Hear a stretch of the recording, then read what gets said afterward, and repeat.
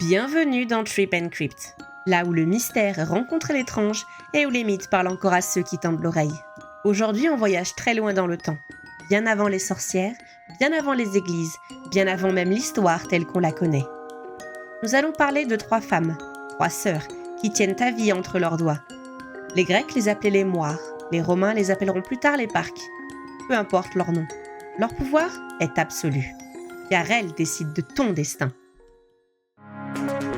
Bienvenue dans Trip and Crypt, le seul voyage où tu risques de perdre plus que ton passeport. Prépare-toi à plonger dans les recoins les plus obscurs et hantés de notre planète, là où les légendes terrifiantes prennent vie et où chaque crypte cache un secret mortel. Ici, on explore les horreurs du monde avec une bonne dose de frissons et un zeste d'ironie pour survivre à la peur. Alors accroche-toi, le voyage commence, si tu l'oses. Dans la mythologie grecque, les moires sont 3 divinités, ou plutôt 3 puissances cosmiques, chargées de tisser le destin de tous les êtres vivants. Ni dieux, ni mortels, elles sont au-dessus des lois. Même Zeus, roi des dieux, ne peut pas aller contre leur volonté. Leur nom vient du mot grec « moira » qui signifie « part » ou « lot », comme une portion de vie allouée à chacun. Les 3 sœurs du destin sont toujours 3, et chacune a un rôle précis dans le cycle de la vie. Clotho, elle tient la quenouille et file le fil de la vie. Elle décide quand une vie commence. C'est elle qui te donne ton premier souffle, ton existence.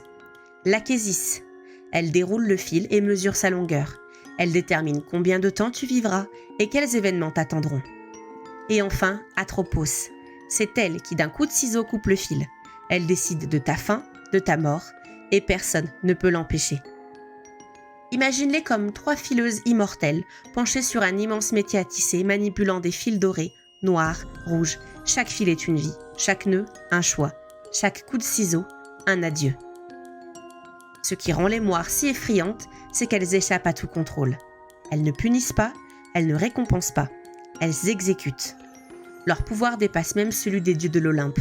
Zeus, Héra, Hadès, tous doivent se soumettre à leur jugement. Dans certaines versions des mythes, Zeus tente parfois de négocier, d'influencer le destin. Mais au final, le dernier mot revient toujours à Atropos. Chez les Grecs, le destin, ou moira, est quelque chose d'inévitable. On peut tenter de le fuir, de le combattre, de le ralentir, mais on finit toujours par tomber dedans.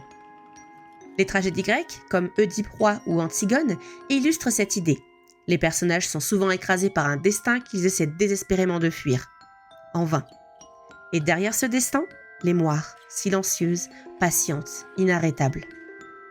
On les représente souvent comme 3 femmes âgées, parfois jeunes, parfois aveugles, ou même fantomatiques, selon les époques. Leur outil principal est le fil, un fil fin, fragile à couper. Un fil qui représente la fragilité de la vie et l'impuissance de chacun face à ce qui l'attend.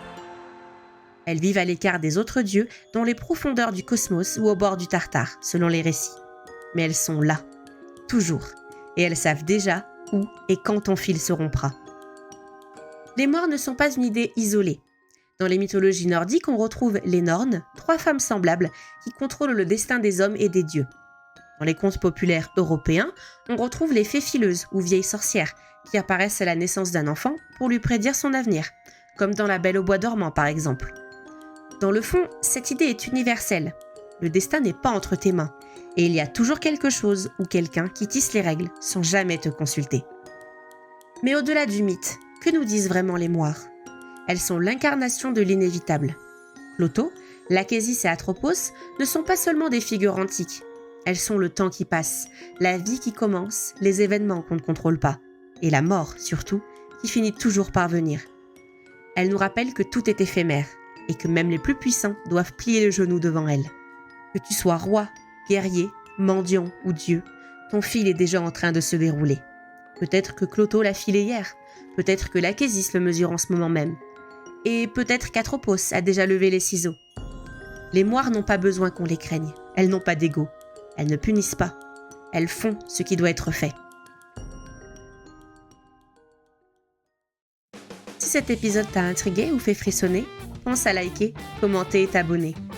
Et surtout, garde un œil sur ton fil, il pourrait se tendre.